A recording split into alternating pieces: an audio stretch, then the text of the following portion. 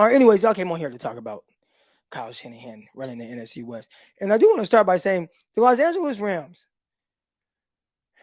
I view them the same way that I view the 49ers, where the coaching is typically good. There's something about Sean McVay. And we look at San Francisco 49ers. I can't speak for everybody, but I know I hold the 49ers on this pedestal, but not because of the players that they have. Right? I mean, they have a lot of roster turnover year in, year out. They did a great job of going out and getting Hargraves, and you have Nick Bosa. Outside of that, defensive line is kind of whatever.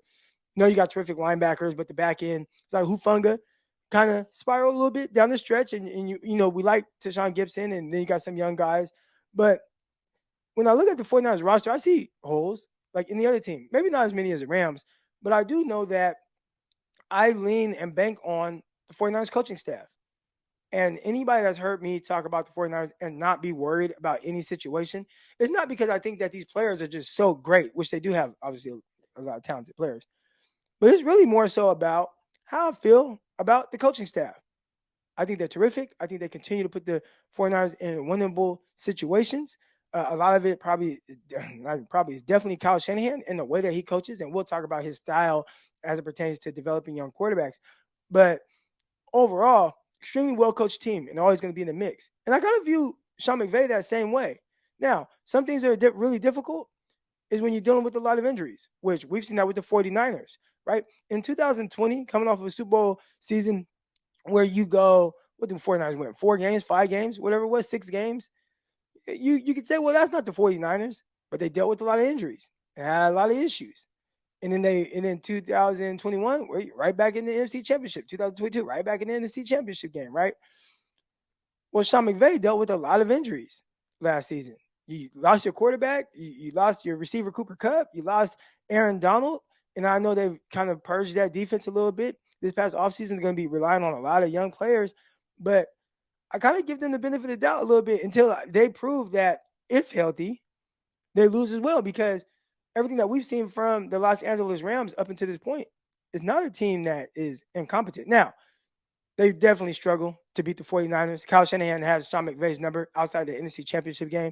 Is it 8 straight regular season wins? I mean, it's a lot. Whatever it is, it's a lot. Like Kyle he's kicking his butt in the regular season.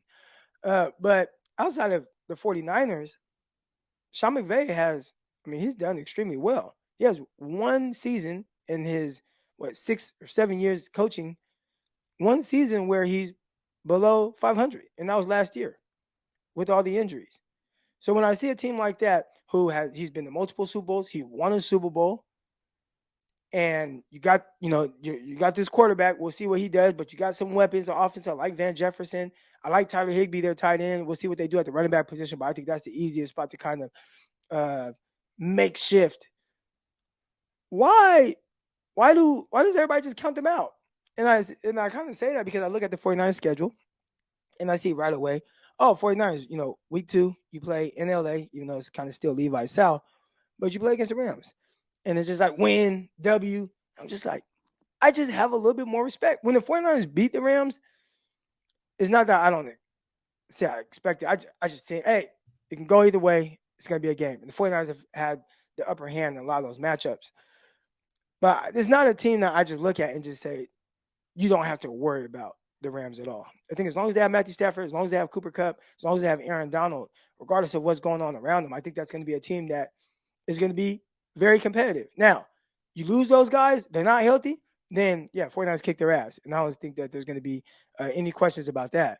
But overall, the Rams, I think they're kind of, I wouldn't say slept on, but when I saw the over-under of 7.5, it's like, well, I'm taking the over-and-a-half on a team that consistently just wins outside last season. So I got a lot of pushback on that on Twitter, where there are a lot of people like, the Rams, like what? I see. You look on paper, it doesn't look great, especially on defense. But you got Aaron Donald in there.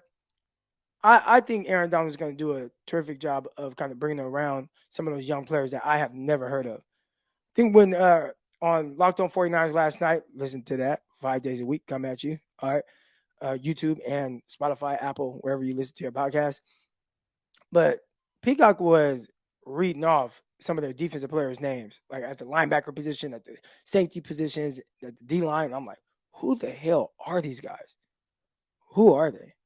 All right. So I don't know who a lot of those guys are, but again, I lean on teams that have good coaching staffs that are going to somehow overcome just being this bad team because they aren't in a great place.